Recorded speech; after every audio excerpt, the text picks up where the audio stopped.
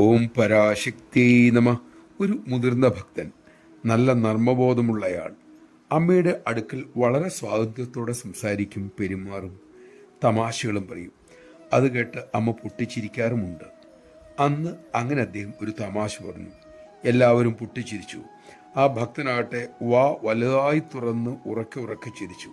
അടുത്ത നിമിഷാർദ്ധത്തിൽ അമ്മ കുറച്ചു മണൽ വാരി ആ ഭക്തന്റെ വായിലേക്ക് ഇട്ടു. വളരെ വേഗത്തിലാണ് എല്ലാം നടന്നത്. അദ്ദേഹത്തിന് വായ അടയ്ക്കാൻ പോലും അവസരം കിട്ടിയില്ല. ഭക്തൻ പെട്ടെന്ന് എഴുന്നേറ്റു, വായ കഴുകി തിരിച്ചെത്തി. അദ്ദേഹത്തിന്റെ പരാക്രമം കണ്ട് അമ്മ കുലുങ്ങി കുലുങ്ങി ചിരിച്ചു. ഉറക്കെ ചിരിച്ചുകൊണ്ട് അദ്ദേഹം പറഞ്ഞു, എന്നെപ്പോലുള്ള വായാടികളെ അമ്മ ഇങ്ങനെയാണ് കൈകാര്യം ചെയ്യുക.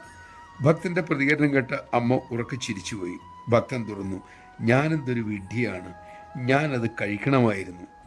ആർക്കറിയാം അമ്മ വായിലിട്ട് തന്നത് എന്താണെന്ന്? അത് പ്രസാദമായിരുന്നിരിക്കണം. അത് കഴിച്ചിരുന്നെങ്കിൽ എനിക്ക് ചിലപ്പോൾ സാക്ഷാത്കാരം കിട്ടുമായിരുന്നിരിക്കണം. ഇനി പറഞ്ഞിട്ട് കാര്യമില്ലല്ലോ. നമഃശിവായ. പോയതിനെക്കുറിച്ച് ചിന്തിച്ചിട്ടെന്ത് കാര്യം? ഇന്ന് ദീപാവലി. നമ്മുടെ ഉള്ളിൽ അമ്മയുടെ വാക്കുകളാകുന്ന ദീപം കൊളുത്തി ആ വെട്ടത്തിൽ നടക്കാൻ നമുക്ക് ശീലിക്കാം, പഠിക്കാം. ഇനി ഒരു ദീപാവലി അടുത്ത വർഷമേ ഉള്ളൂ. അപ്പോൾ നാം എങ്ങനെയായിരിക്കും എന്ന് നമുക്കറിയില്ലല്ലോ. കിട്ടുന്ന അവസരം നന്നായി ഉപയോഗിക്കാൻ നമുക്ക് സാധിക്കട്ടെ. ജീവിതത്തിൽ വരുന്ന ഏത് സാഹചര്യത്തെയും നർമ്മബോധത്തോട് സ്വീകരിക്കാനുള്ള വിവേകവും അമ്മ നമുക്ക് നൽകട്ടെ.